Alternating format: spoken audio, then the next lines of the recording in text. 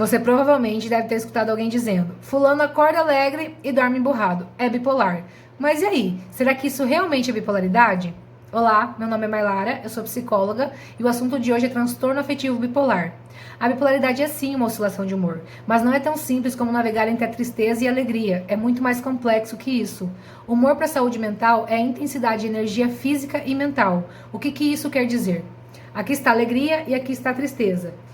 Dentro de um quadro depressivo, o nível de energia da pessoa se encontra aqui, ou seja, ela tem alterações no sono, ela fica desmotivada, melancólica. Esses sintomas existem dentro do transtorno afetivo bipolar, mas é necessário também existir uma fase maníaca. Dentro dessa fase maníaca ou hipomaníaca, o nível de energia da pessoa está aqui. É uma alegria exagerada, muito eufórica. Por conta dessa euforia fora do normal, a pessoa fica com a autoestima elevada, às vezes sendo até arrogante. O nível de irritabilidade também é muito intenso, seus pensamentos são acelerados e ela tem uma diminuição na necessidade do sono. Isso é diferente de um quadro de insônia. No quadro de insônia, geralmente no outro dia a pessoa está cansada. Já na diminuição da necessidade do sono, é como se as horas de sono perdida não fizessem diferença, porque no outro dia ela tem energia e disposição. Por conta da euforia também, a pessoa tende a entrar numa busca constante por atividades prazerosas. E essas atividades incluem gastos excessivos, vícios em jogos, drogas lícitas e ilícitas e também uma libido exacerbada, ou seja, a sexualidade fica aflorada. Algumas pessoas têm atos inconsequentes e às vezes até perigosos em busca deste prazer.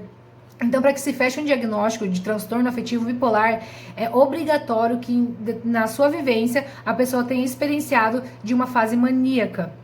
Mas essa oscilação não é como o senso comum acredita, várias vezes durante um dia.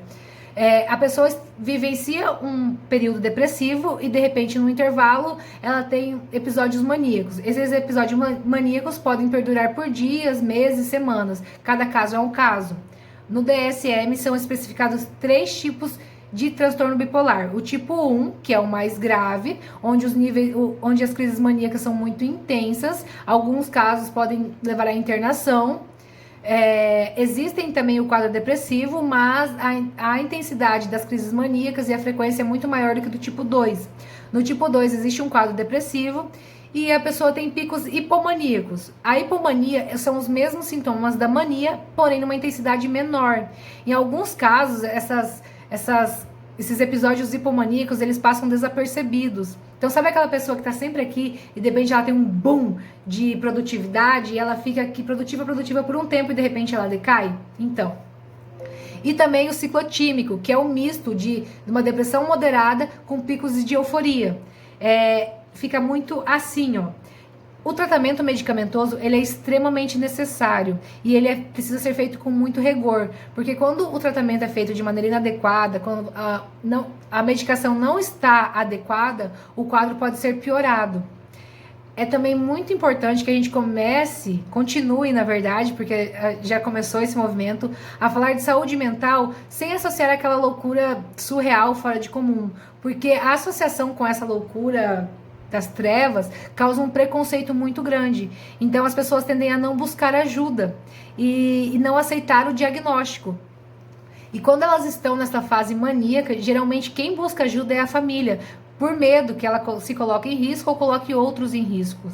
Mas é necessário que a pessoa perceba que sim, ela tem um transtorno afetivo bipolar, para que ela faça um tratamento adequado, porque a bipolaridade ela perdura pela vida inteira. Se você não faz um tratamento adequado, você pode ficar empacado para o resto da sua vida. Respondendo à pergunta do início do vídeo, o amigo que oscila de humor várias vezes durante um dia está mais para uma personalidade instável do que para o transtorno afetivo bipolar. As causas para que uma pessoa desenvolva um transtorno afetivo bipolar também são multifatoriais, mas há uma carga genética muito, muito alta. Bom, esse foi o vídeo da semana e até semana que vem.